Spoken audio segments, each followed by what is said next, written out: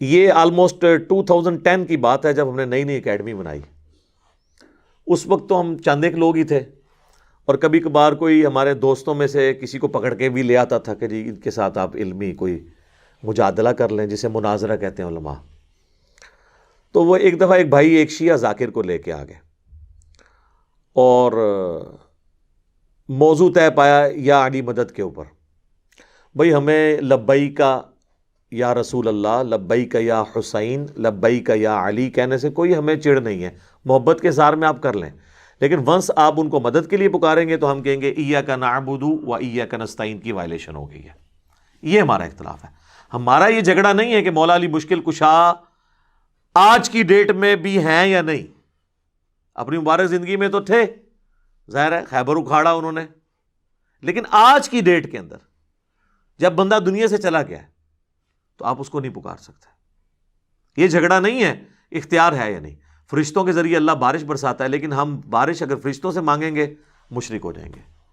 سورج کے ذریعے سارا دنیا کا نظام چل رہا ہے اس کی روشنی کی وجہ سے، لیکن ہم المدد یا سورج کہیں گے تو مشرک ہو جائیں گے، کیونکہ ہم اسباب کو پکار نہیں سکتے. اسباب صرف اختیار کرنے ہیں، اور وہ بھی ظاہر ہے وہی کریں گے جو سامنے موجود ہے. اس کا قرآن میں حکم موجود ہے، وَتَعَاوَنُوا عَلَى الْبِرِّ وَالتَّقْوَى وَلَا تَعَاوَنُوا عَلَى الْإِثْمِ وَالْعُدْوَانِ. نیکی اور پرہیزگاری کے کاموں میں ایک دوسرے کی مدد کرو اور برائی کے کاموں میں ایک دوسرے کی مدد نہ کرو. ظاہری اسباب ہے. بہرحال وہی رٹے رٹائے ان کے وہ جو ہوتے ہیں لیم ایکسکیوزز، وہ آلریڈی ہم نے ریسرچ پیپر کے اندر ڈالے ہوئے ہیں. تو وہ آئے تو وہ کہتے ہیں جی غیر اللہ سے مدد مانگنا آپ کس طرح شرک کہتے ہیں. میں نے کہا ہم کہتے ہیں غیر اللہ سے مدد جو سامنے ہے آپ لے سکتے ہیں، نہ ہم غیر اللہ کو پکارنے کو شرک کہتے ہیں، نہ ہم یہ کہتے ہیں کہ کوئی شخص دور سے نہیں سن سکتا، اللہ چاہے تو سنا سکتا ہے. حضرت سلیمان علیہ السلام کو کیڑی کی آواز سنوا دی تھی، ہمیں تو کوئی حرج نہیں ہے. یہ جھگڑا نہیں ہے کہ دور سے کوئی سن نہیں سکتا یا کسی کو یا کہہ کے پکار نہیں سکتے. نماز میں ہم پڑھتے ہیں السلام علیکہ ایھا النبی، بخاری مسلم میں حدیث ہے. جب تم یہ پڑھو گے السلام علینا وعلی عباد اللہ الصالحین، تو اللہ تعالیٰ زمین و اسمان میں ہر نیک بندہ تک تمہارا سلام پہنچا دے گا. یا رسول اللہ کہہ کے کوئی سلام بھی پڑھتا رہے، اللہ پہنچا دیتا ہے. جھگڑا یہ کہ مدد کے لیے کسی کو نہیں پکارنا، وہ ہے ایاک نعبد و ایاک نستعین. کہتا ہے جی قرآن میں لکھا ہے کہ غیر اللہ سے مدد مانگے. میں نے کہا کہاں لکھا ہے؟ کہتا ہے واستعینوا بالصبر والصلاۃ. میں نے کہا یہ تو تم نے کبھی مانگی نہیں ہوگی خود بھی. اس کا مطلب ہے المدد یا نماز، المدد یا صبر. سوچ میں پڑ گیا. میں نے کہا اگلا حصہ پڑھو، ان اللہ مع الصابرین، بے شک اللہ صبر کرنے والوں کے ساتھ ہے. اسی طریقے سے جو ان کے ہیں بہانے وہ کرتا ہے. میں بتانا شروع ہوا، کہتا ہے جی میں بڑے مولانا کو فون کرتا ہوں، آغا کو فون کرتا ہوں. آغا کو ملایا نا، پھر آغا کے ساتھ جو اس نے کی نا سپیکر میں کیا آن کر آغا دی میں بھی سنا پھر کیا ہوتی ہے. وہ آغا نے بھی پہلے یہی آیت پڑھی واستعینوا بالصبر والصلاۃ. وہ کہتے ہیں آغا یہ جو کہڑی غیر اللہ کی مدد ثابت ہوتی ہے، حالانکہ تھوڑی دیر پہلے وہ بھی اس سے سبب ثابت کر رہا تھا. وہ جو بات کرتا جائے تو میرے ساتھ چونکہ بات کر چکا تھا، اینڈ پہ یہ حال ہوا اس کا. انہوں نے کہا جی یہ تو ہمارے پاس تو کوئی ہمارے بڑوں کے پاس جواب ہی نہیں. میں نے کہا جواب تو ہوتا ہے جب کوئی مسئلہ ہو. یہ تو بالکل واضح ہے ایک چیز توحید کے معاملے میں. تو یہ ایک میری زندگی میں ایک اچھے واقعات میں سے ایک واقعہ ہے. ایک دوسرا واقعہ میں آپ کو سناتا ہوں. یہ آلموسٹ بات ہے 2012 کی. ہم لوگ I-10 کی مسجد میں نماز ان دنوں پڑھتے تھے، دارالاسلام مسجد اہل حدیث کی، اور پاس ہمارا ایک مکان ہم نے کرائے پہ لیا تھا، بیچلرز رہتے تھے ہم. تو وہاں پہ ایک شیعہ عالم تھے، محقق عالم، ذاکر نہیں عالم، فوت ہو گئے ہم، اللہ تعالیٰ ان کی مغفرت کرے. بڑا ان کے ساتھ میرا اچھا ایک تعلق تھا، شجاع عباس صاحب. تو انہوں نے مجھے اپنے گھر بلایا کہ جی آئیں افطار وغیرہ ہمارے ساتھ کر لیں. کہا ٹھیک ہے. 2-3 دوستوں کے ساتھ وہاں 7-8 ہمارے بھائی بیٹھے ہوئے تھے جو اہل تشیع مکتب سے تھے. تو کہنے لگے انجینئر صاحب آپ بڑی مدلل گفتگو کرتے ہیں، اور توحید کے معاملے میں آپ کے ساتھ ایگری کرتا ہوں، میں بھی صرف اللہ ہی کو پکارتا ہوں، لیکن آپ یہ نہ کہا کریں کہ یا علی مدد شرک ہے. آپ یہ کہا کریں کہ یہ بھی جائز ہے لیکن بہتر ہے کہ اللہ کو پکارا جائے. میں نے کہا یار توحید کے اوپر تو کمپرومائز نہیں ہو سکتا. حسین ابن علی نے گردن کٹائی ہے تو توحید کے لیے. ہمارے محبوب صلی اللہ علیہ وآلہ وسلم نے اگر تکلیف اٹھائی ہیں، اور سارے نبیوں نے، وہ توحید کو اسٹیبلش کرنے کے لیے. تو میں نے کہا یہ واضح ہے ایاک نعبد و ایاک نستعین، تو کہتے ہیں جی اس میں تو ہے کہ تیری عبادت کرتے ہیں، تجھی سے مدد مانگتے ہیں، یہ تو نہیں ہے کہ کسی اور سے نہیں مانگتے۔ دیکھیں ایک پڑھے لکھے بندے کو زیب دیتا ہے کہ جب تجھ سے ہی کا یہ مطلب، میں نے خیر for the sake of argument میں نے کہا ایگری کرتا ہوں آپ کے ساتھ، میں نے کہا میرے بھائی قرآن لے کے آئیں، اور میں نے کہا یہ آپ کی جو آڈینس ہے نا، آپ کے اسٹوڈنٹس جو بیٹھے ہیں ادھر، یہ فیصلہ کریں گے، میں آپ کو قرآن سے ایک آیت ایسی نکال دیتا ہوں جس میں لکھا ہے کہ اور کسی سے نہیں مانگنا۔ کہتے ہیں کدھر لکھا ہے؟ میں نے کہا لائیں آپ، وہ لے کے میں نے کہا جناب سورہ نمل کھولیں، پارہ نمبر 20 کا پہلا صفحہ نکالیں اور اس میں آیت نمبر 62 آپ پڑھیں۔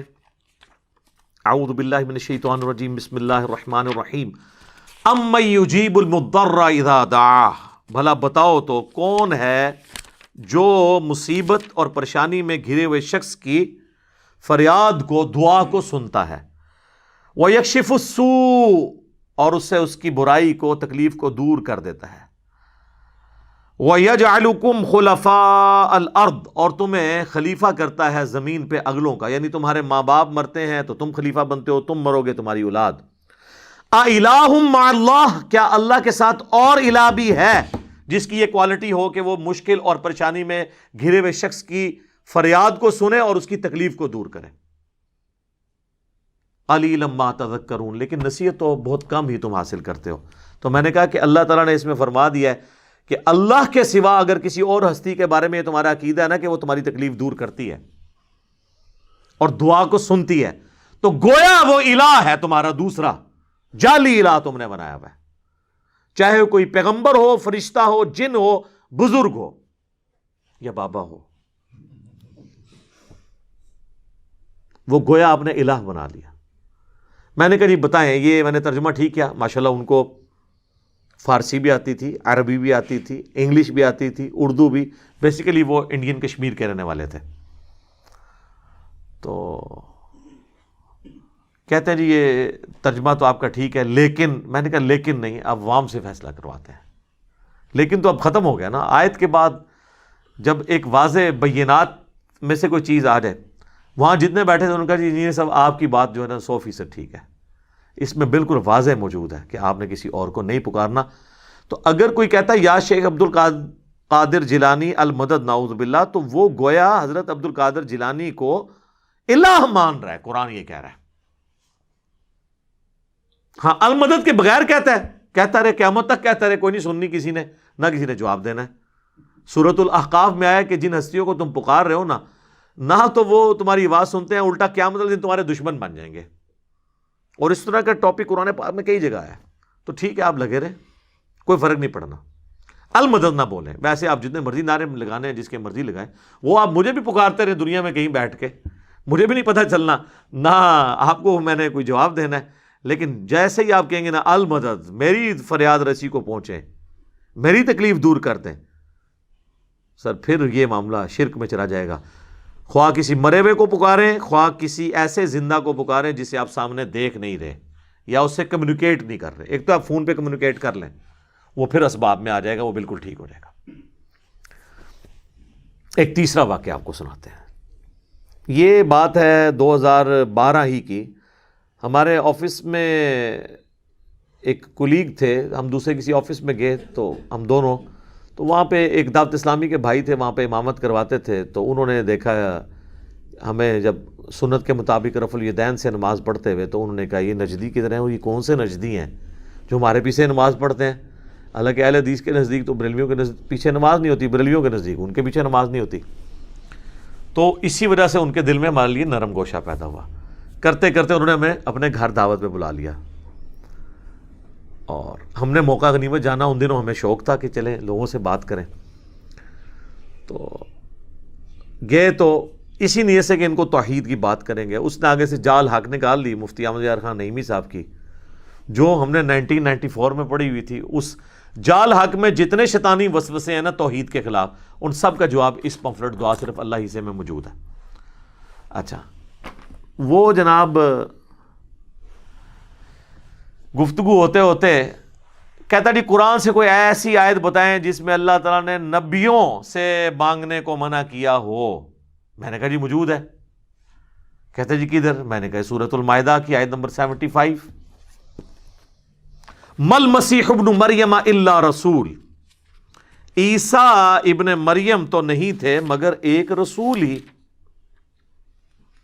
قد خلت من قبلہ الرسل، اور ان سے پہلے بھی کئی رسول گزرے ہیں، وامہ صدیقہ، اور ان کی ماں سچی عورت تھی،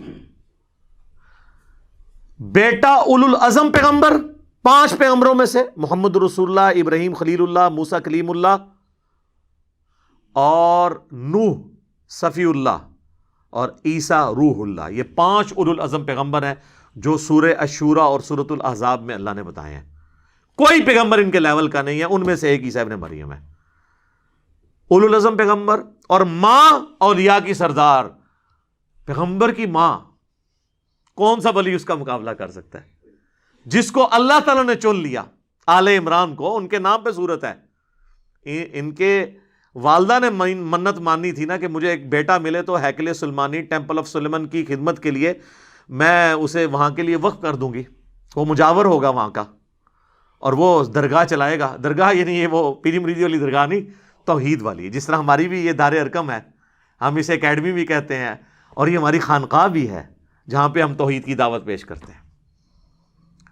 تو لیکن وہ بیٹی پیدا ہوئی، اللہ نے کہا کہ کوئی بیٹا بھی اس بیٹی جیسا نہیں ہوگا جو ہم نے تجھے بیٹی دی ہے، کیوں کہ اس سے آگے اولاد کو ہم، اور حضرت مریم خود جہان والوں کے لیے نشانی بنی ہے، کیونکہ وہ بغیر خاوند کے ان کو اولاد ہوئی ہے، اس حوالے سے حضرت مریم خود بھی ایک پوری انسانیت کے لیے نشانی ہے اللہ کی۔ پیغمبر نہیں تھی لیکن بہت بڑی اللہ کی نشانی ہے۔ یہ 3 ہی بندے ہیں، حضرت آدم، سیدہ مریم اور عیسیٰ ابن مریم، جن کے ساتھ یہ یونیک کیس ہے۔ آدم کے نہ ماں نہ باپ، اور حضرت مریم کو بغیر خاوند کے اولاد، اور حضرت عیسیٰ علیہ السلام کی ماں تھی، باپ کوئی نہیں تھا۔ اس حوالے سے ان تینوں کی کوئی اور آپ مثال نہیں پیش کر سکتے۔ تو دونوں آگے اللہ فرماتا ہے کان یاکلان الطعام، دونوں کھانا کھانے کے محتاج تھے۔ میں نے کہا دیکھ لو، اللہ تعالیٰ کہہ رہا ہے وہ بھی محتاج تھے، اور کس کے؟ روٹی کے۔ اب آپ نے کہنا ہے پیغمبر روٹی کا محتاج ہو گیا، پھر روٹی کا مرتبہ زیادہ ہو گیا، یہی کہانیاں کرا دینا۔ اچھا جی، وہ اگر چڑیا اڑ سکتی ہے تو بزرگ کیوں نہیں اڑ سکتے؟ تو اڑے نا یار، دکھائیں اڑ کے۔ تو اگلی بات ہے کہ بزرگوں کے ماننے والے تو چڑیا سے افضل ہے نا، اشرف المخلوقات ہے نا، تو ماننے والے کو اڑ کے دکھا دے تو ہم کہہ دیں گے ٹھیک ہے، ورنہ آپ چڑیا سے بھی گئے گزرے ہیں، چڑیا اڑ سکتی ہے۔ یار چڑیا کو اللہ نے کیپیبلٹی دی ہے، انسان کو نہیں دی ہے، اس سے افضلیت غیر افضلیت کا کیا فرق پڑتا ہے؟ تو اللہ فرماتا ہے روٹی کھانے کے محتاج سے۔ انظر کیف نبین لہم الآیات، تم دیکھو ہم اپنی آیات کس طرح کھول کر بیان کرتے ہیں۔ ثم انظر، پھر تم ان کی طرف دیکھو، انا یؤفکون، یہ کہاں گرے جاتے ہیں۔ اللہ فرماتا ہے اس سے زیادہ میں کیسے سمجھاؤں کہ روٹی کا محتاج کوئی ہو اور اس کو یہ مشکل کشا بنائے بیٹھے ہیں۔ دیکھو ہم آیات کھول کے بیان کرتے ہیں اور ان کا گیر الٹا ہی لگا ہوا ہے۔ اگلی بات، قل اتعبدون من دون اللہ، اے نبی ان کرسچن سے کہو اللہ کو چھوڑ کر عیسیٰ اور ان کی ماں، ان کو تم ان کی عبادت کر رہے ہو۔ ما لا یملک لکم ضرا ولا نفعا، جو نہ مالک ہیں تمہارے کسی نقصان کے نہ کسی نفع کے۔ میں نے کہا دیکھ لو یہاں پہ آ گیا، کہتا تو ہم تو نبی الاسلام کی یا بزرگوں کی عبادت نہیں کرتے، یہاں تو آیا تھا عبادت کرتے ہو ایسے کی۔ تو عیسائیوں کو اللہ نے اس لیے کہا ہے کہ وہ عبادت کرتے تھے، ہم تو نبی الاسلام کو اللہ کا بندہ مانتے ہیں اور نماز میں عبدہ و رسولہ پڑھتے ہیں۔ میں نے کہا نا، پرانیاں گلاں، پرانے بہانے، پرانے بزرگ، اگے پڑھ، ما لا یملک لکم ضرا ولا نفعا، عیسیٰ اور ان کی ماں نہ تمہارے کسی نفع کے مالک ہے نہ نقصان کے۔ میں نے کہا عبادت کرنا چھوڑ، نہ کر عبادت۔ اللہ تو یہ کہہ رہا ہے کہ عیسیٰ مشکل کشا ہے ہی نہیں، ان کی ماں ہے ہی نہیں، نہ وہ کسی کو نفع دے سکتے ہیں نہ نقصان۔ ساتھ ہی چپ کر گیا وہ بندہ، کیوں کہ جال حق میں صرف پہلے وسوسے کا جواب تھا، دوسرے کا ان کے پاس بھی نہیں تھا، اس لیے اس نے بڑے کانفیڈنس سے جواب دے دیا کہ میں فوراً کہا، اور میں پہلے ہی سوچ رہا تھا کہ جب میں آیت پڑھوں گا تو آگے یہ کہے گا۔ سر مجھ سے زیادہ کون بریلویت جانتا ہے؟ 31 سال تھوڑا شرک پھیلایا ہم نے، ٹھیک ہے، لیکن آپ دیکھ لیں حضرت عمر 6ویں نمبر پہ آئے ہیں، یعنی مسلمان ہوئے 6 سال بعد 40ویں نمبر پہ ترقی کر کے دوسرے نمبر تک پہنچ گئے۔ تو 6 سال تک مسلمان نہیں ہوئے، لیکن جب بات سمجھ آئی ہے نا پھر جناب آپ دیکھ لیں، پھر انہوں نے لحاظ نہیں کیا کسی کا۔ تو میں نے کہا دیکھ، ایک تو یہ مسئلہ حل ہوا، اور دوسرا دیکھ تجھے یہ پٹی پڑھائی گئی تھی کہ بت من دون اللہ ہوتے ہیں، اور اولیاء اللہ اور انبیاء کو ہم من دون اللہ نہیں کہہ سکتے۔ تو دیکھ یہاں پہ اللہ نے عیسیٰ اور ان کی ماں کو بھی کہا ہے قل اتعبدون من دون اللہ، اللہ کو چھوڑ کر یہ ہستیاں۔ تو من دون اللہ پیغمبر بھی ہو سکتے ہیں جب کہ ان کو اللہ کے مقابلے پر کھڑا کیا جائے۔ اچھا، اس میں پیغمبروں کا قصور نہیں ہے، ویسے ہم بھی مانتے ہیں کہ وہ اللہ کی پارٹی ہیں، حزب اللہ ہیں پیغمبر، اور جو شیاطین ہیں وہ اور ان کے فالورز وہ حزب الشیطان ہیں، ان معنوں میں وہ اللہ کی پارٹی ہیں۔ لیکن جب توحید کا معاملہ آئے گا نا، پھر جو پیغمبر بھی سامنے کھڑا کیا جائے گا نا، تو پھر اللہ تعالیٰ اس چیز کا بھی لحاظ نہیں کرے گا۔ اور سورۃ المائدہ کی آپ آیت نمبر 17 میں دیکھیں نا، اللہ تعالیٰ فرماتا ہے لَقَدْ كَفَرَ الَّذِينَ قَالُوا إِنَّ اللَّهَ هُوَ الْمَسِيحُ ابْنُ مریم، بے شک وہ کفر کر رہے ہیں جو کہہ رہے ہیں کہ عیسیٰ ابن مریم ہی اللہ ہیں۔ قُلْ فَمَن يَمْلِكُ مِنَ اللَّهِ شَيْئًا، اے نبی تم فرماؤ کہ اللہ کا کوئی کیا بگاڑ لے گا، ان اراد ان یہلک المسیح ابن مریم، اگر اللہ ہلاک کر دے عیسیٰ ابن مریم کو، وامہ اور اس کی ماں کو، ومن فی الارض جمیعا اور جتنے زمین میں آباد ہیں سب کو موت دے دے۔ موت بھی نہیں، موت پھر بھی تھوڑا سوفسٹیکیٹڈ لفظ تھا، ہلاک کر دے۔ یعنی تم کہہ رہے ہو عیسیٰ اللہ ہے، تو اللہ چاہے تو عیسیٰ کو ہلاک کر دے۔ اچھا، غصہ عیسائیوں پہ ہے اور ذکر کس کا ہو رہا ہے؟ تو وہ مولانا اسحاق رحمہ اللہ کی بات مجھے یاد آئی، وہ اکثر کہتے تھے او پائی جدو توحید بیان کریں گے گستاخی آپ ہی ہو جاتی ہے آٹومیٹیکلی۔ جدو توحید بیان ہوئے گی، جب توحید بیان ہوگی تو گستاخی آٹومیٹیکلی ہو جائے گی۔ یہاں پہ دیکھ لیں اللہ نے توحید بیان کی ہے اور ان کے زوم میں گستاخی آٹومیٹیکلی ہو گئی ہے۔ غصہ تھا عیسائیوں پر، اللہ نے کہہ دیا اگر اللہ عیسیٰ کو ہلاک کر دے، اس کی ماں کو، سب کو، اللہ کا کوئی کیا بگاڑ سکتا ہے، اس کا فیصلہ ہے۔ غصہ عیسائیوں پہ، لیکن ظاہر ہے جب پیغمبروں کو اللہ کے مقابلے پہ کھڑا کیا جائے گا پھر اور کوئی ذریعہ نہیں ہے سمجھانے کا۔ ان سے ہوتا تو یہ کہتے یار یہ کس طریقے سے گفتگو ہو رہی ہے۔ وَلِلَّهِ مُلْكُ السَّمَاوَاتِ وَالْأَرْضِ، اور اللہ ہی کے لیے ہے بادشاہت آسمانوں کی اور زمین کی، وَمَا بَيْنَهُمَا اور جو کچھ ان کے درمیان ہے، يَخْلُقُ مَا يَشَاءُ وہ جو چاہتا ہے پیدا کرتا ہے۔ ہائے ہائے، اللہ نے کہا وہ جو مرضی پیدا کرے، عیسیٰ بھی ایک اس کا بندہ ہے، اس نے پیدا کر دیا، اربوں مخلوقات اس نے پیدا کی ہیں، اس میں سے ایک عیسیٰ بھی ہے، جو چاہتا ہے پیدا کرتا ہے۔ واللہ علی کل شیء قدیر، اللہ تعالیٰ ہر چیز کے اوپر قادر ہے۔ بہرحال یہ پھر جو ہمارے بریلوی بھائی تھے نا، یہ بھی لاجواب ہوئے۔ یہ آپ کو میں نے تیسرا واقعہ سنایا۔ باتیں بہت ساری کی جا سکتی ہیں، لیکن میں آج کی گفتگو کو کنکلوڈ کرتا ہوں اس حدیث کے اوپر جو صحیح بخاری اور صحیح مسلم دونوں میں موجود ہے۔ انشاءاللہ اگلی کلاس کا بھی کچھ حصہ میں اسی 48 نمبر آیت پہ لگاؤں گا، کچھ امپورٹنٹ باتیں میں نے مزید ڈسکس کرنی ہے۔ بہرحال یہاں پہ میں وہ حدیث ڈسکس کروں جو ایک حدیث 3 عقیدے آپ کے کلیئر کر دے گی۔ نمبر 1 عقیدہ علم الغیب، نمبر 2 عقیدہ حاضر و ناظر، اور نمبر 3 عقیدہ استعانت، غیر اللہ سے مدد کے لیے پکارنا۔ ایک حدیث جو بخاری مسلم دونوں میں نے پمفلٹ میں بھی ڈالی ہوئی ہے۔ 70 صحابہ کو نبی علیہ السلام نے بھیجا ایک قبیلے کے ساتھ جو نیو مسلم تھا، ان کی خواہش تھی کہ ہمیں آپ ایسے قاری حضرات دیں جو ہمیں قرآن سکھائیں۔ انہوں نے دھوکے سے ان کو شہید کر دیا۔ ان میں ایک تھے حضرت عاصم بن ثابت انصاری رضی اللہ تعالیٰ عنہ، ان کو آخر میں قتل کیا گیا۔ جب وہ شہید ہونے لگے نا تو انہوں نے اس وقت ایک دعا کی، وہ الفاظ تھے اے اللہ ہمارے نبی کو ہمارا پیغام پہنچا دے کہ ہم ان کے دین پر قائم ہیں اور ہم اپنے رب سے مل رہے ہیں اس حال میں کہ ہم اپنے رب سے راضی ہیں اور ہمارا رب ہم سے راضی ہے، ہمارے حال کی خبر ہمارے نبی کو کر دینا۔ اور صحیح بخاری کے الفاظ ہیں، نبی علیہ السلام مسجد نبی میں بیٹھے ہوئے ہیں اور آپ علیہ السلام پہ غم کی کیفیت ہے، اور آپ کہتے ہیں کہ تمہارے ساتھیوں کو ظلماً شہید کر دیا گیا، دھوکے سے لے گئے تھے قرآن کی تعلیم کے لیے اور راستے میں مار دیا۔ تو اور بخاری مسلم میں آتا ہے نبی علیہ السلام نے کتنے دن تک قنوت نازلہ بھی پڑھی تھی 70 قاریوں کے قتل ہونے کے اوپر۔ یار اتنی محنت سے 70 بندے تیار کیے، یہ اس زمانے کی بات ہے جب چند گنتی کے لوگ تھے جو حضور کے ساتھ تھے، تو اس میں 70 تو بہت بڑا فگر تھا۔ تو تمہارے بھائیوں نے، مجھے جبرائیل نے خبر دی ہے کہ تمہارے بھائیوں نے مرتے مرتے یہ دعا کی ہے کہ اے اللہ ہمارے نبی کو ہمارے حال کی خبر کر دینا، ہم اپنے رب سے مل رہے ہیں اس حال میں کہ ان کے دین پر قائم ہے، تاکہ ہمارے نبی کو تسلی رہے کہ ہم نے آخری وقت تک حضور کا دین نہیں چھوڑا۔ اتنی بڑی آزمائش میں ایک ایک بندہ ہماری آنکھوں کے سامنے قتل ہوا ہے، اور آخر میں مر رہا ہوں اور میں بھی اپنی جان دے رہا ہوں، لیکن حضور کے دین نہیں ہم نے چھوڑا، ہمارے نبی کو ہمارا یہ پیغام پہنچا دینا۔ اور اس حال میں کہ ہم اپنے رب سے راضی ہیں اس تکلیف میں بھی، اور ہمارا رب ہم سے راضی۔ وہی یا ایتھا النفس المطمئنہ ارجعی الی ربک راضیۃ مرضیہ فادخلی فی عبادی وادخلی جنتی۔ تو نبی علیہ السلام فرماتے ہیں کہ جبرائیل میرے پاس آیا، انہوں نے مجھے یہ خبر دی ہے۔ سر اس حدیث سے یہ پتہ چل گیا کہ نبی علیہ السلام جب دنیا میں بھی موجود تھے اس وقت بھی صحابہ ڈائریکٹ رسول اللہ کو مدد کے لیے پکارتے نہیں تھے، بلکہ کہا اے اللہ ہمارے نبی کو ہمارا پیغام پہنچا دینا۔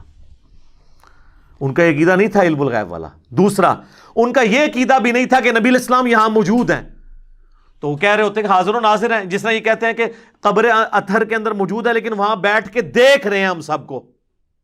ان کا عقیدہ نہیں تھا کہ مسجد نبوی میں بیٹھے ہوئے اور وہاں بیٹھ کے ہمیں دیکھ رہے ہیں، ورنہ وہ کہتے یا رسول اللہ دیکھ لیں، ہم جان دے رہے ہیں، اے اللہ ہمارے نبی کو بتا دینا۔ ان کا یہ بھی عقیدہ تھا کہ اللہ بتائے گا تو پتہ چلے گا۔ نہ حضور یہاں پہ حاضر و ناظر ہیں، نہ علم غیب ہے، اور نہ انہوں نے حضور سے مدد مانگی، مدد بھی اللہ ہی سے مانگی۔ اور آپ دیکھیں انہوں نے یہ بھی نہیں کہا کہ اے جبرائیل ہمارے نبی کو خبر دے دینا، جبرائیل کو بھی مدد کے لیے نہیں پکارا۔ لہٰذا ہم یہ کہتے ہیں یہ جو نعت ہے نا، فرشتوں یہ پیغام دے دو کہ خادم تمہارا صحیح آ رہا ہے، یہ بھی شرک کے الفاظ ہیں۔ فرشتوں کو آپ کوئی پیغام نہیں دے سکتے۔ وہ ٹھیک ہے سنن نسائی میں حدیث ہے کہ زمین میں کچھ فرشتے سیاحت کرتے ہیں، میرے امتیوں کا سلام مجھ تک پہنچاتے ہیں، جو ہم پڑھتے ہیں السلام علیکہ ایھا النبی نماز میں، لیکن ان کی ڈیوٹی اللہ نے لگائی ہے، آپ نے فرشتوں کو نہیں پکارنا۔ یہ اسی طریقے سے ہے کہ اے میکائیل بارش برسا دے کہ گرمی کا موسم قریب آ رہا ہے، اے وہی ہے، ایک کہانی شریف ہی ہے، ٹھیک ہے۔ تو نہ جبرائیل کو پکار سکتے ہیں نہ میکائیل کو پکار سکتے ہیں۔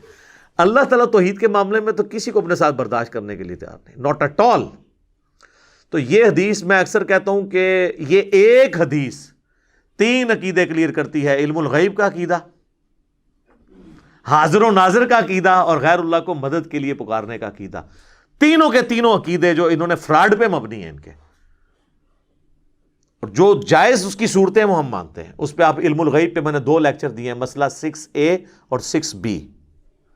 6A علم الغیب سے متعلق ہے، 6B کشف الہام اور خوابوں سے متعلق، مسئلہ نمبر 7 حاضر و ناظر سے متعلق ہے، اور استانت کے اوپر مسئلہ نمبر 3 ہے، اور اسی پہ ریسرچ پیپر نمبر 3 ہے، دعا صرف اللہ ہی سے۔ تو میری تو خواہش تھی کہ آج یہ گفتگو مکمل ہو جاتی، لیکن ابھی بھی کچھ چیزیں ہیں وہ انشاءاللہ میں اگلی دفعہ ڈسکس کروں گا۔ اللہ تعالیٰ سے دعا ہے جو حق بات میں نے کہی اللہ تعالیٰ ہمارے دلوں میں راسخ فرمائے۔ اگر جذبات میں میرے منہ سے کوئی غلط بات نکل گئی تو اللہ تعالیٰ ہمارے دلوں سے اسے محو کر دے، دھو دے، ہمیں معاف بھی فرما دے، ہمیں کتاب و سنت کی تعلیمات پر عمل کر کے دوسرے بھائیوں تک پہنچانے کی توفیق عطا فرمائے۔ سبحانک اللہم و بحمدک، اشہد ان لا الہ الا انت، استغفرک و اتوب الیک، وما علینا الا البلاغ المبین۔ جزاکم اللہ خیرا۔